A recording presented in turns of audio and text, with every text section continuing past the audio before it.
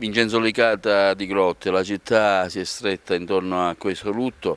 Martedì sicuramente, o forse mercoledì, ci saranno i funerali nella città. Il sindaco ha emanato il giornata di lutto cittadino, ma vogliamo una testimonianza da parte dell'operatore culturale Giovanni Costanza.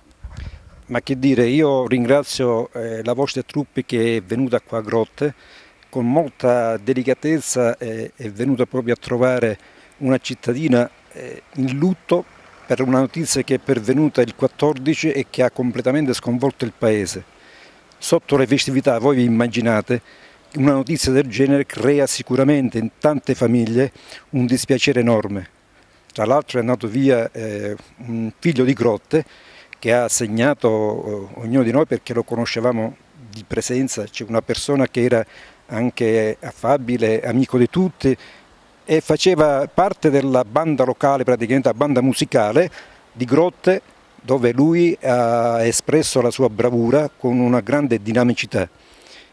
E io alla famiglia indirizzo le mie condoglianze e non faccio altro che dire di rialzarsi e stringersi attorno a quelli che sono i propri affetti e che in effetti praticamente Grotte possa finalmente chiudere questo momento particolare che ha segnato tantissime famiglie.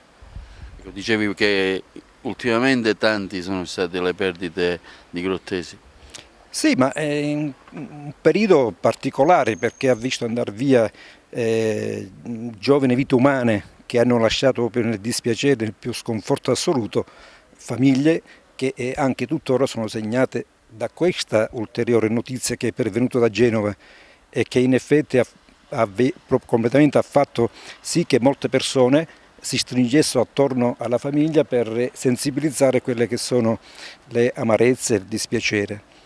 Io ho apprezzato molto la vostra presenza, anche perché con molta pacatezza siete riusciti proprio a coinvolgere il primo cittadino e qualche altra persona per manifestare il dispiacere, il lutto che ha colpito questa piccola comunità che vede andare via uno dei migliori figli di Grotte inaspettatamente.